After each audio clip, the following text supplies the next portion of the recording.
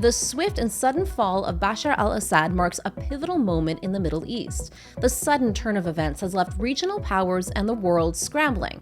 Iran no longer holding a grip on what was once a satellite state. Its axis of resistance is crumbling before us. But with Donald Trump's return to the White House nearing, what is his plan with the ever-changing and shifting dynamics in the Middle East? Joining us to make sense of all of this is Elliott Abrams, the former U.S. Special Representative for Iran during the first Trump administration. I'm Negar Moshahedi, and this is Eye for Iran. Elliott Abrams, thank you so much for joining us. My pleasure. If we take a step back and look at the Middle East in the past 6 months, it's really been quite astonishing. I mean, in May, we had the helicopter crash that killed Iran's president, Ebrahim Raisi. Then we've got the open and direct attacks between Iran and Israel, which was quite unprecedented. On top of that, we've got the assassination of Hamas leaders Ismail Haniyeh in Tehran on Iranian soil, and then, of course, Yahya Sinwar in the Gaza Strip, the pager attacks that took out most of the top leadership of Hezbollah, the targeted killing of a man once thought to be untouchable, Hassan Nasrallah, and now you've got Bashar al-Assad out of the game here. So, I mean, it's even exhausting. Just saying it is exhausting, right? President-elect Donald Trump is really coming in at a time to his second presidency that's like no other. As his former Iran envoy, as someone who knows him, as someone who worked with him, what was your experience like with President-elect Trump when it came to Iran and the Middle East and foreign policy in general? What was his approach like? I think people all remember the Maximum Pressure campaign. What they don't always remember is what was Trump's goal in that campaign. It was not, for better or worse, it was not the overthrow of the regime. It was a comprehensive negotiation. His criticism of the Obama deal was that it was time-bound and it was not comprehensive. It didn't deal with Iran's missile program, and it didn't deal with Iran's support for terrorism, all the proxies in the region. Trump wanted a deal that would handle all of those. And I believe he still does want such a deal. I think the danger, to get right to it, is that Iran will kind of trap him in negotiations that will go on and on and on and on and on while they are trying to advance with their nuclear program. But Trump is not someone who wanted a kind of violent confrontation with Iran. What he wanted was a serious, real, comprehensive, negotiated deal, which may or may not be available. And how did that make you feel as a former Iran envoy when you were in that position, given, if you could tell us a little bit about your views and how you see Iran in foreign policy? I thought that approach was, of course, a lot better than the Obama approach. And I had never been a supporter of the JCPOA. But I thought that it had two main difficulties. The first was, again, that Iran could just keep the negotiations going on and on and on and on, and meanwhile, secretly, would be progressing with their nuclear program.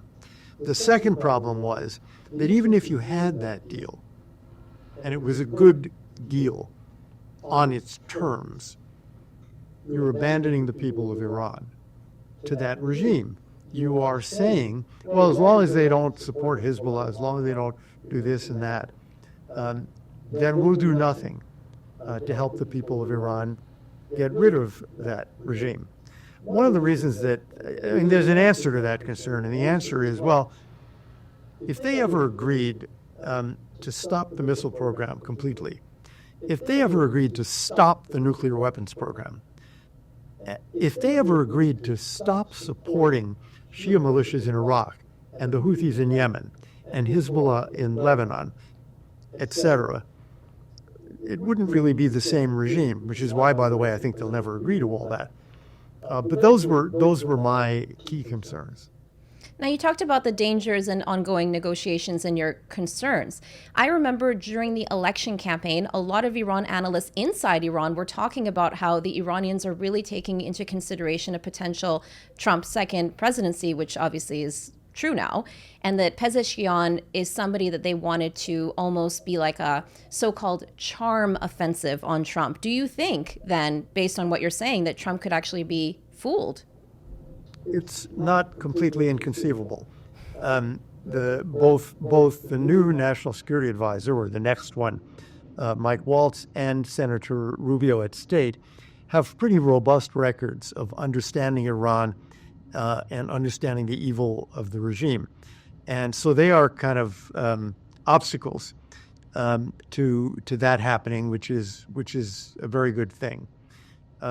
But I noticed, for example, that Iran is already talking about, if you will, kissing and making up with the IAEA about allowing more inspections. What's that about?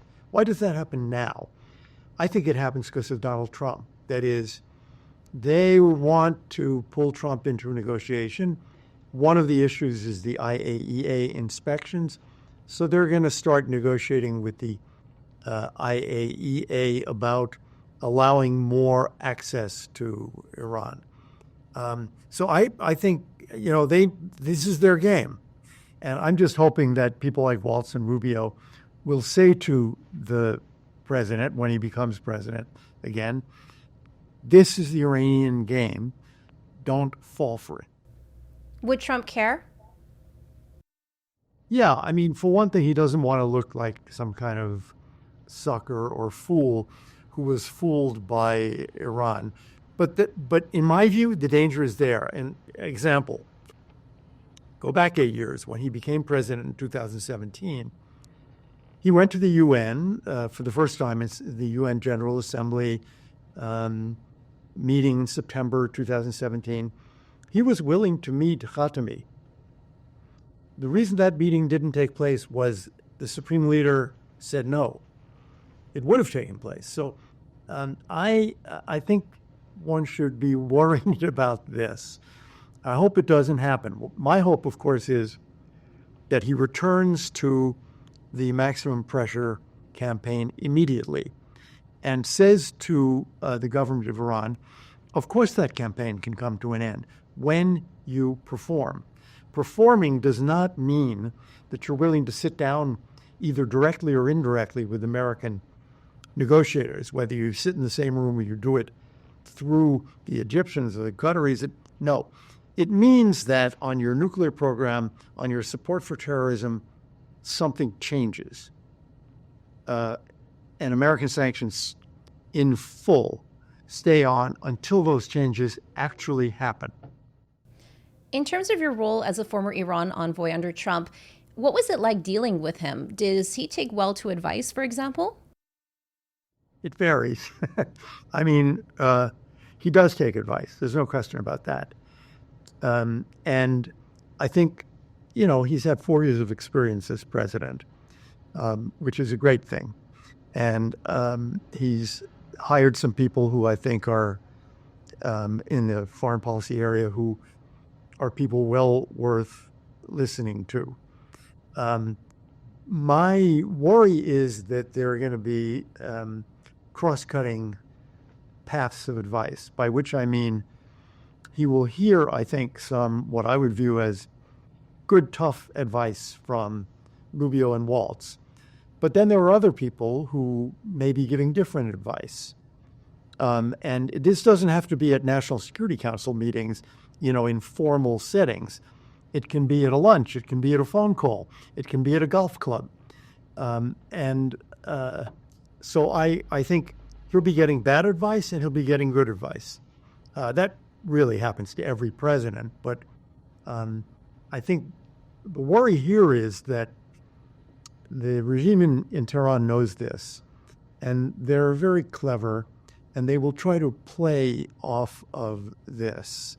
If you lowered the sanctions, there'd be more oil production, which there would not be, by the way. But world oil prices will come down. So I think these are the concerns that one has to go into this with one's eyes open. I'm glad you brought that up. Let's dig deeper into it because a few weeks ago I spoke to Jeffrey Sonnenfeld, and he was assisting Jared Kushner on the Abraham Accords, and he's known Donald Trump on a personal level for more than 20 years now, he said. And he believes that Trump rules through this whole divide and conquer method. And you can kind of see that in some way with some of his cabinet picks. Like you mentioned, you've got the so-called Iran hawks like Senator Marco Rubio, and then you've got Mike Waltz. But then you've also got people like Tulsi Gabbard, who have in the past at least been openly supportive of Assad and Vladimir Putin. So those are very diverging foreign policy interests there, like you mentioned. What does that suggest to you about Donald Trump? Well, mostly it suggests that he wants to be the guy making the decisions. He's not afraid to have, differing opinions. He likes it. I mean, President Franklin Roosevelt was a little bit like this. That is, he wanted a team of people. He wanted to decide everything, and he wanted them to argue. And he wanted to be the person who decides. It's, in principle, it's not a bad thing. I would worry a little bit frankly, about Tulsi Gabbard in one way. That's not the job of the intelligence people to argue policy. Their job is to say, this is the best intelligence we have. Now you decide the policy. So I hope she doesn't do that. It's inappropriate for the head of the CIA or for the director of national intelligence to be making policy recommendations. But yeah, I mean, Trump is going to get a lot of different policy views coming into the Oval Office. And speaking to that, you've got, add Elon Musk into the mix, and he met with Iran's ambassador to the United Nations recently in New York. Of course, we have no clue what they talked about. We don't even know if that was sanctioned by President-elect Donald Trump or if he even knew about it. What do you make of this? Well, first I make the assumption that Trump knew about it. It's a big deal, and I don't think Musk would have done it and kind of sprung it on the president and said, hey, guess what I did yesterday? So I assume that he knew about it. I think it was a terrible idea for many reasons. First of all, it's a kind of signal of wanting to negotiate, which I think it was wrong to send now, and to send through Musk. I mean, with all due respect, I take him to be a business genius. But that doesn't mean he knows a lot about diplomacy. For example, that's an important meeting. What is the record of that meeting that we, the Americans, have? We don't have any record of the meeting. I mean, Musk is not trained at this. He's not trained at remembering the details. Did he have a note taker with him? With any, real diplomat, you would have had a note taker writing it all down. I assume the Iranians recorded the meeting. So they've got it, probably, word for word. We don't seem to have it word for word. That's why I think it was a bad idea. We have no idea what Musk said. We have no idea whether it really was what the president wanted him to say. Did they have I think the answer to this question is no, but did they have an hour-long discussion in advance and bring in some Iran experts to talk about what Iran might say or might ask for and what's the appropriate response? Again, Musk is unquestionably a brilliant person, but that doesn't mean he knows what he's doing in a diplomatic meeting. That's a really good point. And you said it was a bad signal, especially during this time. Is this a sign of more of this to come with the Trump presidency 2.0? Well, it may be a sign of, diplomats, people in the State Department always like what senators call regular order. This is the way you do things. You do them this way, not that way. Man, that is not Donald Trump. I mean, so I think, will we have more of this? Yes, we'll have more of it. I mean, some of it has worked out brilliantly.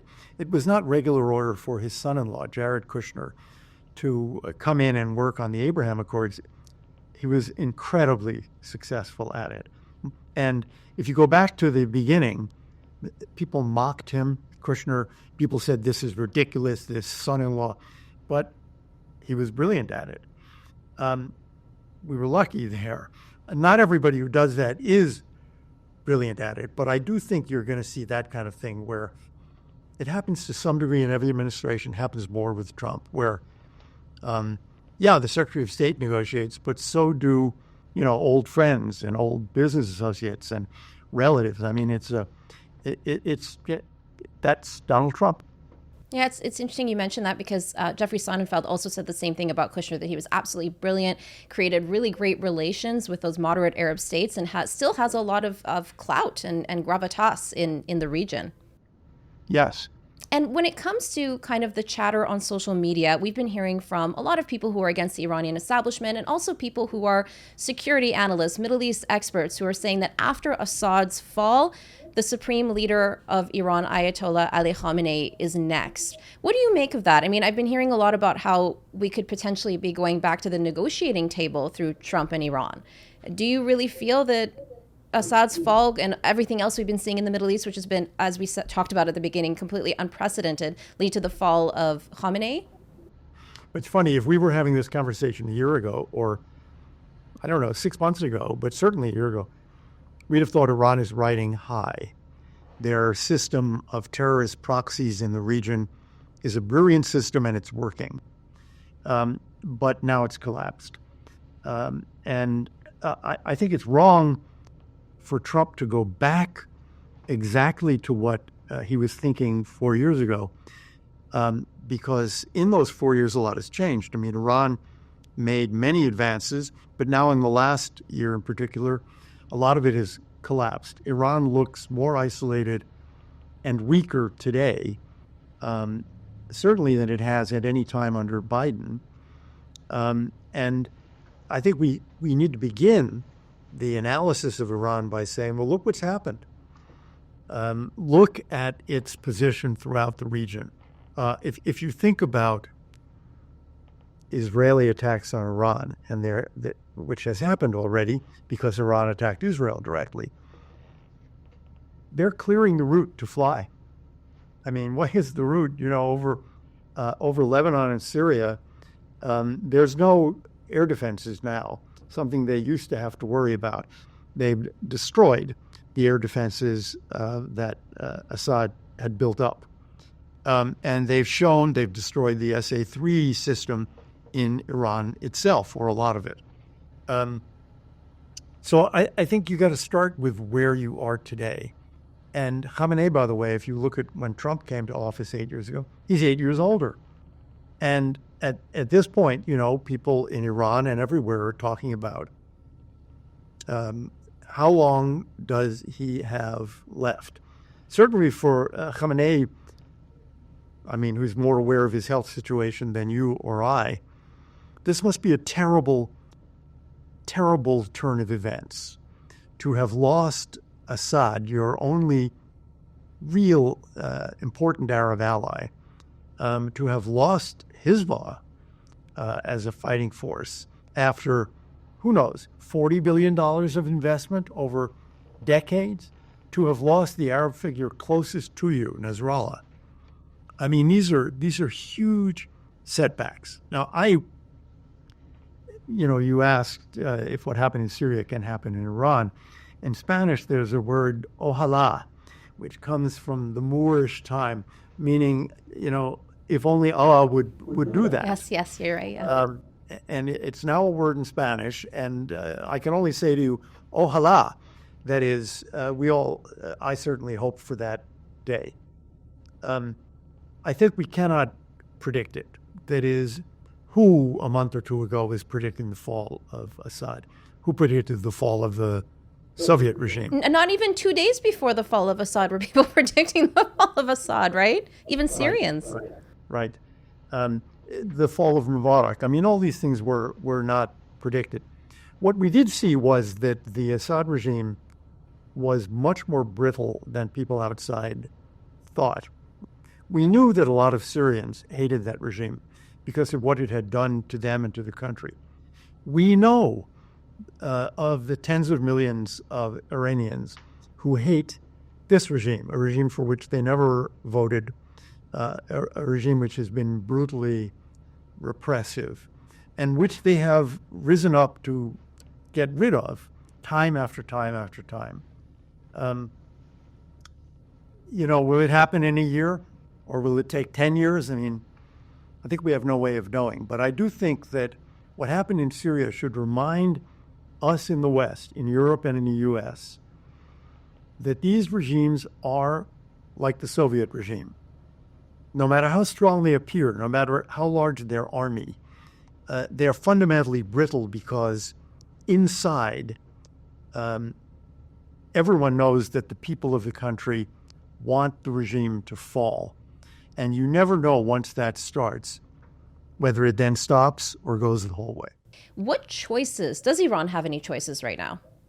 Yes. I mean, first of all, there's the good choice that they're not going to take, which is to say, you remember the great question of Henry Kissinger, when will they decide to be a nation rather than a cause? They have that choice, which they're not going to take because they haven't taken it for these decades. They have the choice to just try to rebuild it all. That is to say, Can they? Hezbollah is still there. It would take a very long time and a very large investment. They don't have the money right now. And to build up Hezbollah from where it is now, it would take them a decade or two. My fear is that looking at this, they will say we have only one choice: nuclear weapons. And from the point of view of the Ayatollah Khamenei, it's not a crazy choice. It's an evil and dangerous choice. But it's not crazy for him to say, okay, everything we've been trying to do conventionally with these proxies has been blown up. It's gone. And we can't really rebuild it in any thinkable timescale. So how do we protect ourselves? Nuclear weapons. Of course, it's a foolish choice if he makes it for a number of reasons. One of them is look at the Soviet Union. They had nuclear weapons, and it didn't save them from falling from within. But he may push in that direction. And this new thing where they're going to allow, where they say they will allow more inspections by the IAEA. The IAEA does not get to inspect military sites and other sites that the Iranian regime calls a private site. I mean, it doesn't look serious. I think one of the things that the United States and Israel need to talk about now with the coming of the Trump administration is what to do about the Iranian nuclear program. I mean, President Trump said last time what President Bush had said, what President Biden has said, which is we are not going to permit Iran to get a nuclear weapon. And obviously the Israelis have said that too. Iran is closer to a nuclear weapon. We don't know exactly how close, or at least I don't, because while they are much closer when it comes to enriched uranium, I don't know how close they are to having a warhead. People say 6 months, 12 months, 18 months, but you don't need a gigantic factory to produce a warhead. You can do that in secret in small laboratories. Are we sure we know? So I think we're getting at the point where that question has to be revisited. And it's certainly going to be revisited now by the Israelis. So when Trump and Netanyahu say, like you just mentioned, that we won't allow Iran to become a nuclear power, what does that entail? More maximum pressure? Like, how far can you go with that? I think what you're really saying to the regime is you can spend all the money you want and do all the work, but in the end, we're not going to let you get there. I think Trump should reiterate that. We're not going to let you get there. And if it requires the use of military force, then we will use military force. Because what you want the regime to know is it should stop. It's wasting billions of dollars on these programs, and they will never be brought to fruition. To make that credible, first of all, I think Trump is much more credible than Biden. and particularly after the killing of Soleimani. But there are other things you can do. You can do more drills, even drills with the Israelis. You can make sure the Israelis have, for example, tankers to refuel aircraft that need the range to get to Iran. These are all symbols that he means it when he says, we're not going to permit you to get a nuclear weapon. And I think that's the first thing, if there are any discussions with Iran, that's the first thing that should be repeated to them. And would Trump be willing to make any concessions in the process with Iran and vice versa? Well, in theory, if they do the things we want them to do, the sanctions start being lifted. I think it's very important not to lift the sanctions as a reward for sitting down at the table. That's not a concession. A concession is in the real world. In the end, I mean, that's what they want, and that's what they started getting, particularly from Obama. And in a sense, they've gotten it from Biden, too, because to fail to enforce sanctions is a concession on the part of the United States. So what I think we have to, in principle, what we're offering is beginning to lift sanctions. What you need from Iran is not agreeing to talk. What you need is actual behavioral changes. And you also worked with George W. Bush. How did your experience with Bush on the Middle East and Iran in general differ, or was it similar in any way to your experience with Trump?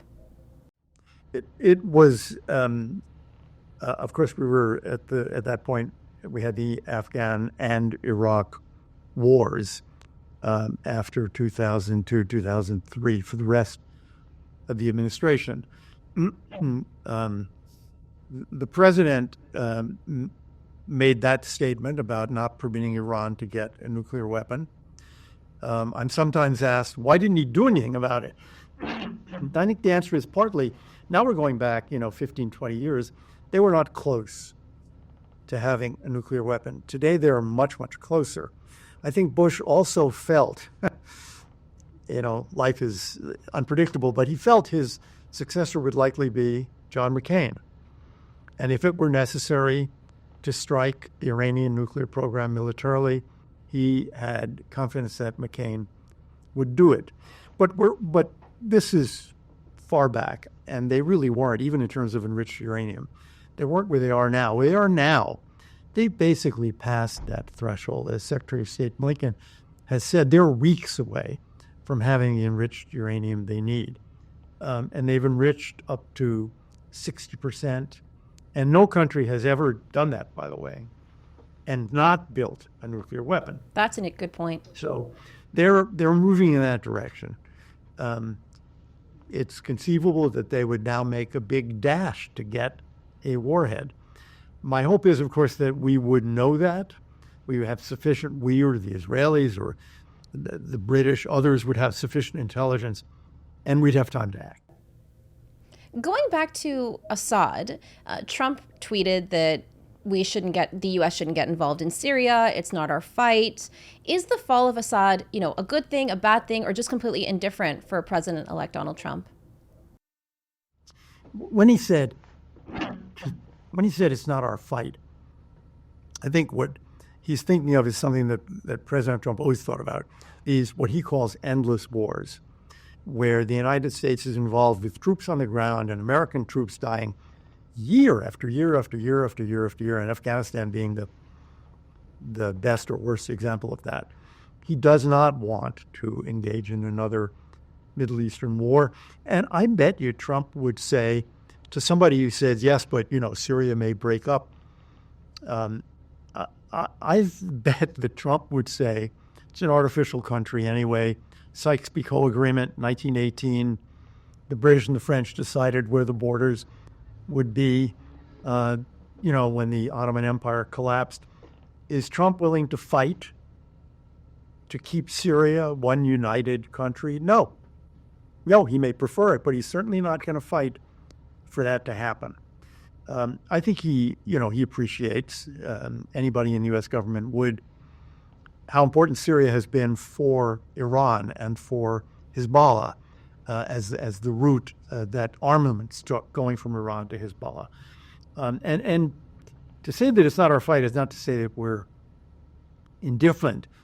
We know that it matters to Turkey and to Jordan and to Israel and to Iraq.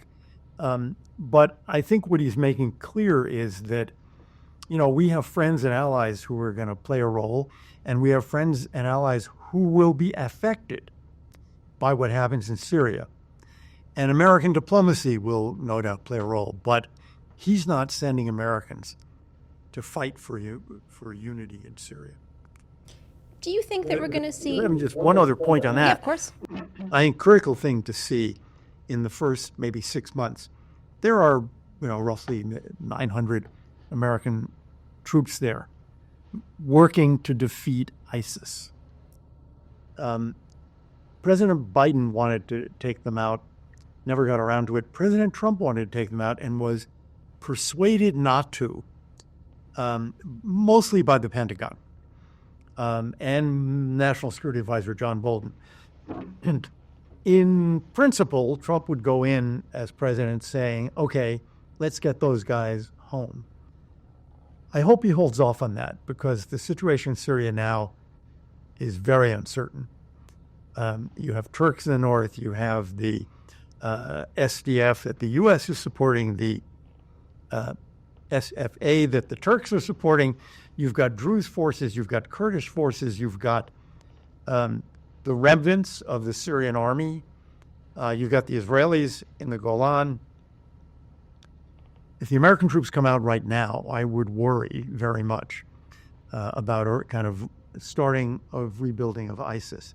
My argument to President Trump would be, if they do rebuild and there is a terrorist attack and Americans die, people are going to blame you. They're going to go back and say, it was Trump's decision to pull the American troops out. So I would hope that he would at least be willing to defer until we get a much better picture of what's going to happen in Syria. What will the government of Syria be? Yeah, what do you think is going to happen? Are we going to see another Islamic Republic, another Afghanistan 2.0? Well, it's not inconceivable.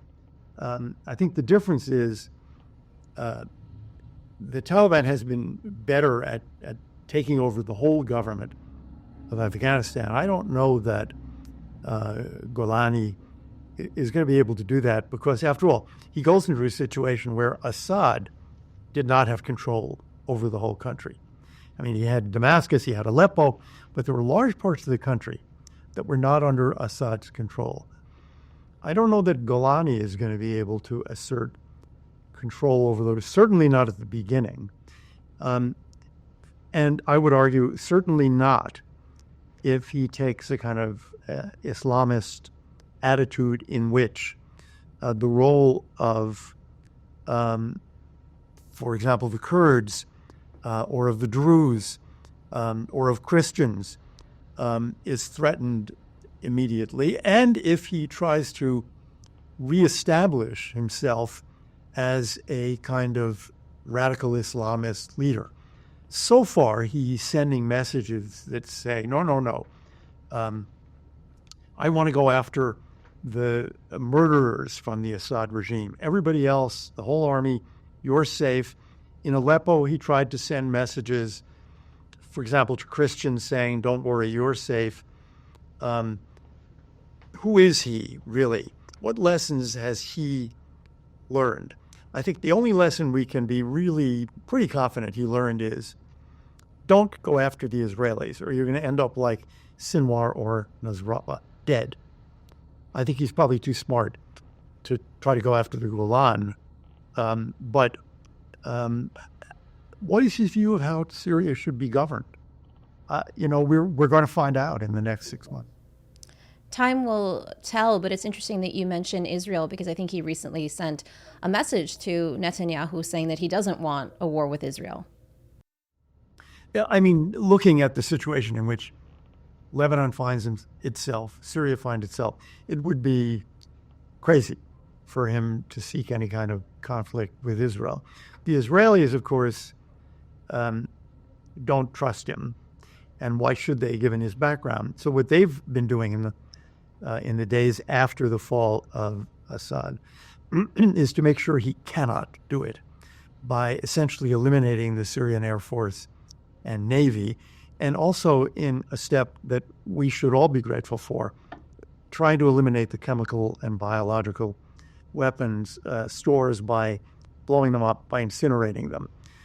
We all know that Assad he had theoretically gotten rid of them, but he hadn't really. So we can all hope those are gone now. And Jolani also appears to be very anti-Islamic Republic. What do you make of that?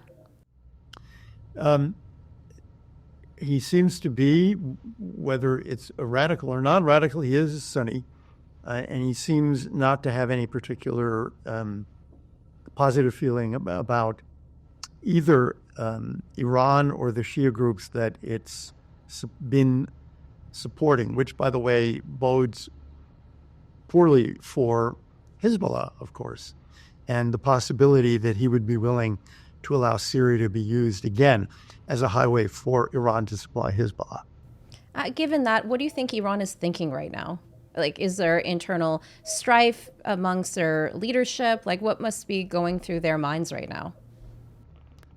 Boy, it seems to me that people in the IRGC and the Supreme Leader himself must be thinking, how did this happen to us? How did everything collapse in a matter of months?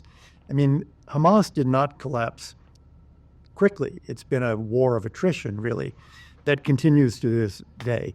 But Hezbollah and Assad, incredibly quick collapses.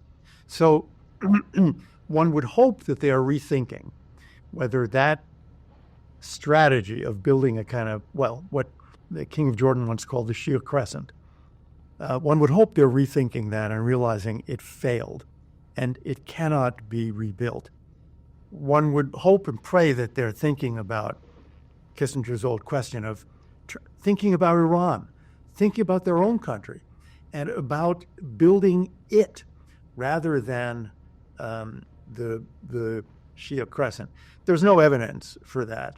It's got to be true that some people inside, who knows, maybe even Pezeshkian, are wondering whether now is a point where they can turn to their own people and their own economy. We haven't seen any evidence of that. And in fact, in the last, really under Pezeshkian, we've seen a tightening of the rules, for example, on women's dress. So there's no evidence. There's no evidence yet to feel positive about the Iranian reaction. And finally, I'm just curious, are you going to be having a role in the next Trump administration? Well, the last time, I didn't go in at the beginning. I went in at the halfway mark. And I'm pretty happy with my life right now. So I'm not trying to go in, but, you never know. Fate. Ojalá, as you said, right? So it all goes back to that.